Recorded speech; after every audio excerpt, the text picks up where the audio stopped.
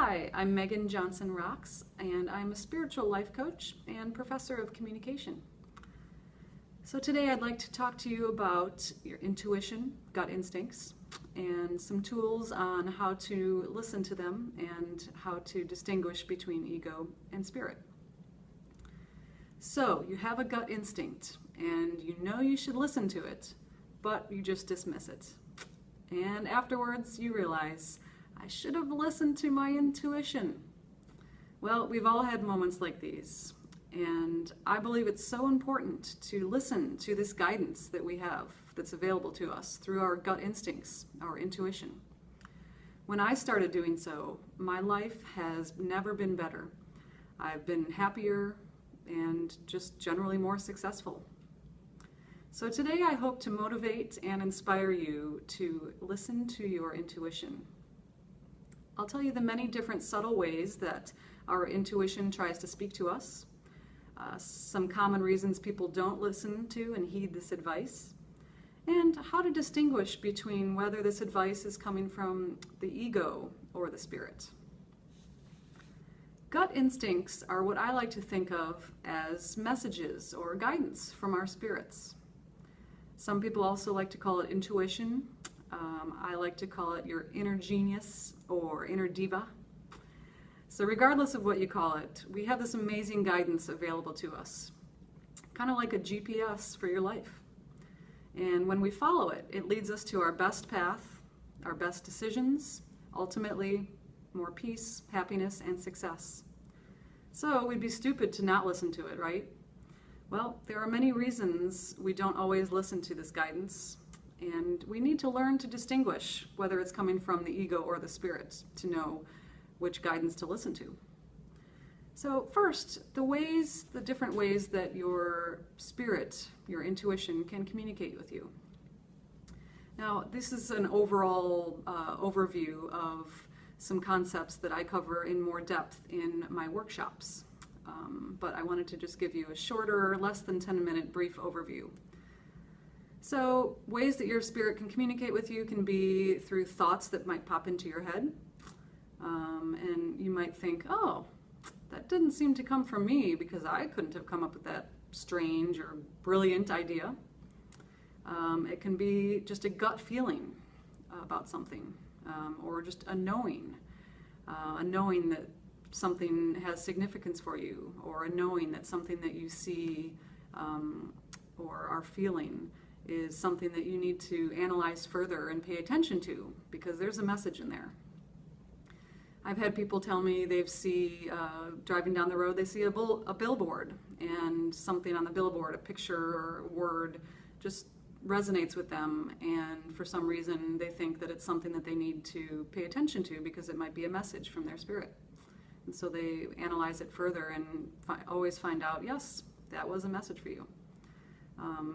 Someone told me about a license plate that they saw in the car in front of them, and it had a number sequence that they knew for some reason had significance for them. So they looked up the meaning of that number sequence, and sure enough, it had a significant meaning for them. It was a message, guidance.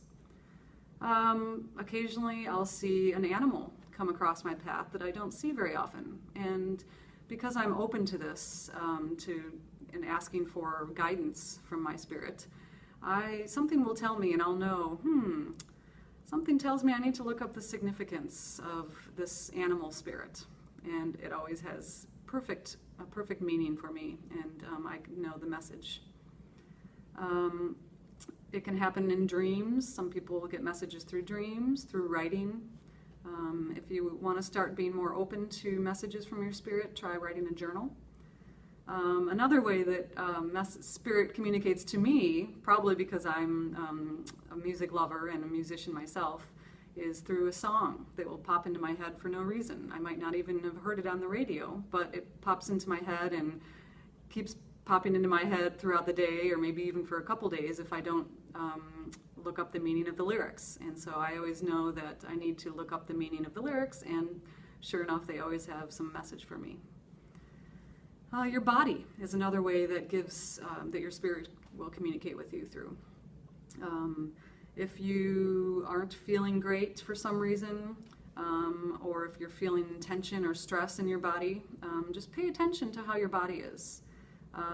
There's many other ways and reasons why our bodies do what they do. It could be an illness, or if you have an ongoing issue or a disease, well, obviously that is not a message from Spirit, but frequently it is. And so you need to try to be open to and analyze, is what I'm feeling a message from Spirit that I need to stop what I'm doing, and maybe I'm not going down the right path. Maybe I'm at a job that really isn't meant for me. Normally, feeling stress is not normal for extended periods of time. Granted, there's a lot of reasons and things that cause us to feel stressed occasionally. But if you notice the stress is, occurring, over weeks or months, that's not normal. And for me, in my experience, every time that happens, it means that I'm not doing something right. I'm not on the right path, and I'm not making the right decisions. So paying attention to your body through stress, tension. Do you hold tension somewhere? I get stomach aches sometimes, headaches, just many different ways that your body might be trying to communicate something through you. Mona Lisa Schultz wrote a book called Awakening Intuition, and I like how she talks about how her spirit tried to communicate with her through gradually increasing and gradually severe ways. So first you might get that little whisper, some thought that pops into your head. If you don't heed that advice, your spirit will make sure that you pay attention to a message, especially if it's an important one, such as, you're not in the job that you're meant to be in. Or you're not doing the thing or following the path that you're meant to be on. So first it's a whisper, then it might be a tap on the shoulder. These are all figurative things. In her case, she talks about how her body started breaking down and she didn't pay attention to it. And so gradually it became to be more and more severe, kind of like a slap on the face, or not heeding that, a 2x4 against your head. And she eventually ended up being so sick that she literally had nothing to do but to sit on her couch and think about and analyze her life and how she is or is not on the right path. So it's funny how Spirit will make sure that you get a message if it's an important one. So now that we know some of the ways that our spirit can communicate with us, it takes being open to it and trusting. There's a lot of reasons why we don't trust or listen to or even fear what the message is that we're trying to get. Sometimes figuring out what the message is often the hardest thing. And so it does take some reflection, some soul searching. But in general, about trusting.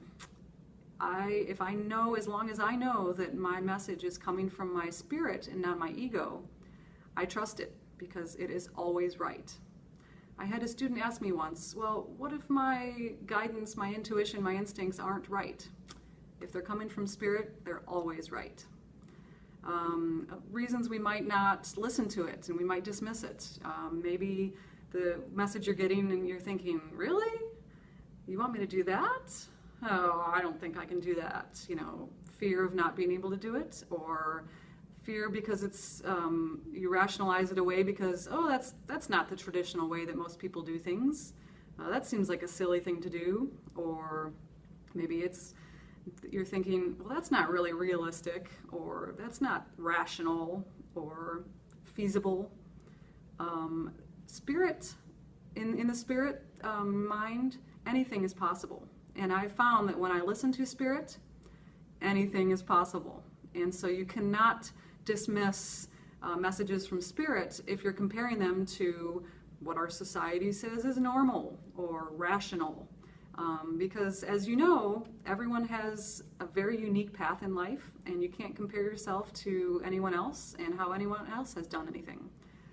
And I know this because once I let go of the need for it to be rational and logical, and just felt, you know what? The possibilities really are limitless. And so if I follow my intuition, I will be aware of and privy to information and new paths that I never knew were possible. And so it's hard to trust that message coming from Spirit, but in my experience, it is always right, and you need to trust it. So the last thing I want to talk about is, how do you know if the message that you're getting is coming from Spirit or coming from ego? Because if it's coming from ego, following it is not going to lead you to your best path and to ultimate success and happiness and peace. So how do you tell the difference? Well, I like to think of the test as ego is based in fear. Spirit is based in love. So paying attention to the feelings that are associated with your gut instincts or the message, this knowing that you might have. And pay attention to how your body feels. So basically, if it stems from love, it's coming from Spirit. If it stems from ego, if it stems from fear, it's coming from ego. And I have a whole workshop on this particular thing in particular, and it's hard to thoroughly explain in just a minute here, but just think about how you feel. If it feels like, I'm afraid, so I should do this because it's based out of fear that, I'm not going to be able to make a stable living, or a lot of fears that we have that, if you stop and think about it and really analyze and soul search, aren't really valid reasons to not attempt to try something and attempt to follow a message that you might be getting. So I know that's a just short, brief overview, but now that you know, the ways that our spirit, aka intuition or instincts, can communicate with us. 2, the reasons that we don't always follow its guidance. And 3, how to distinguish between whether it's coming from ego or spirit. Hopefully, you now have a little bit more inspiration, motivation, and tools to help you pay attention to, trust, and heed this amazing guidance that is available to all of us. I'll end with a quote by one of my favorite authors, Edwene Gaines. And she says, this guidance, this amazing guidance, is available to all of us, kind of like electricity. We just need to plug into it. Thank you, and stay tuned for other workshops that I might have. Talk to you later.